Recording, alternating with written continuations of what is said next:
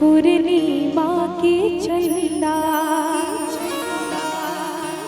कौन मनुख सन पड़लैन फंदा जे कियो हुन कर केल कैन निंदा। अहाँ सब मैथिली बुझ रहल छियै ना? मैथिली कते लोग बुझै छियै कनी हाथ उठाबू।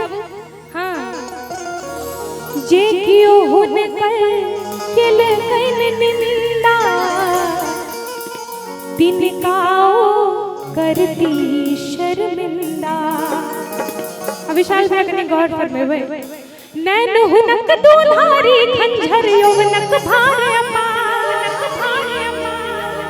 दरभंगा शहर में हरोलन ओ नौलखा हार हुनकर बाली बरामद भेल हमरा रंगीला जिला बलिया में। हुनकर बाली बरामद भेल हमरा रंगीला जिला बलिया में।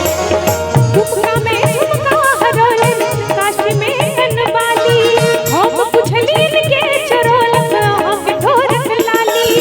झुमका में झुमका हरोलन काशी में कनवाली हम पुछलीन के चरोलक हम ढोरक लाली। हुनकर बाली बरामद भेल हमरा रंगीला जिला बलिया में। हुनकर बाली बरामद भेल हमरा रंगीला जिला बलिया में।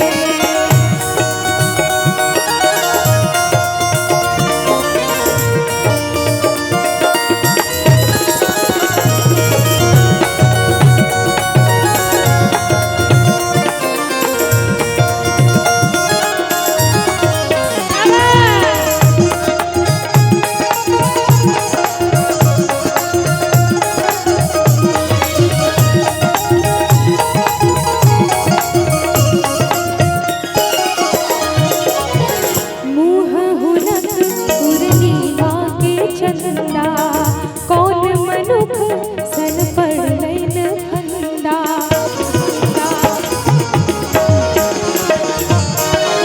मुँह हुनक पूर्णिमा के चंदा कौन मनुख सन पड़लैन फंदा। जे कियो हुन कर केल कैन निंदा जे कियो हुन कर केल कैन निंदा तिनकाओ करती शर्मिंदा।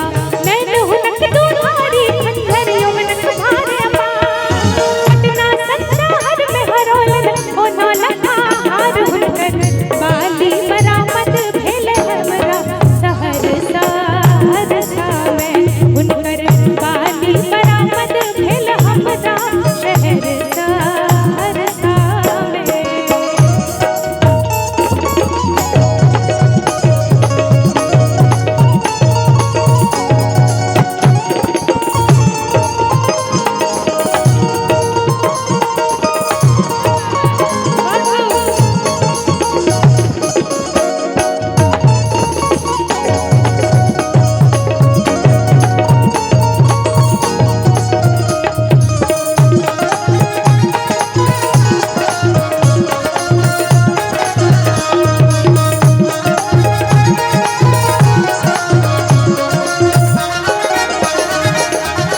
रोज लिपि चाहबे करियन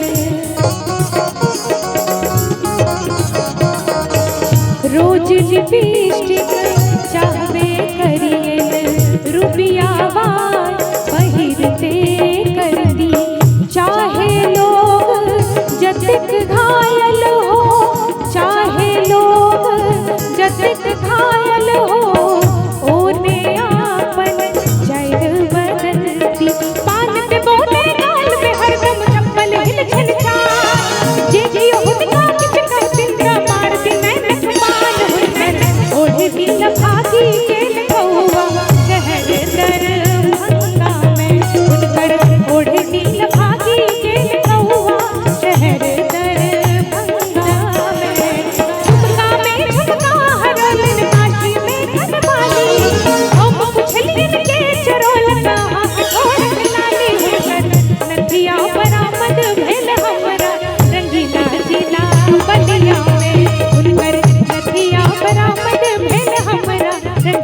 जिला बलिया में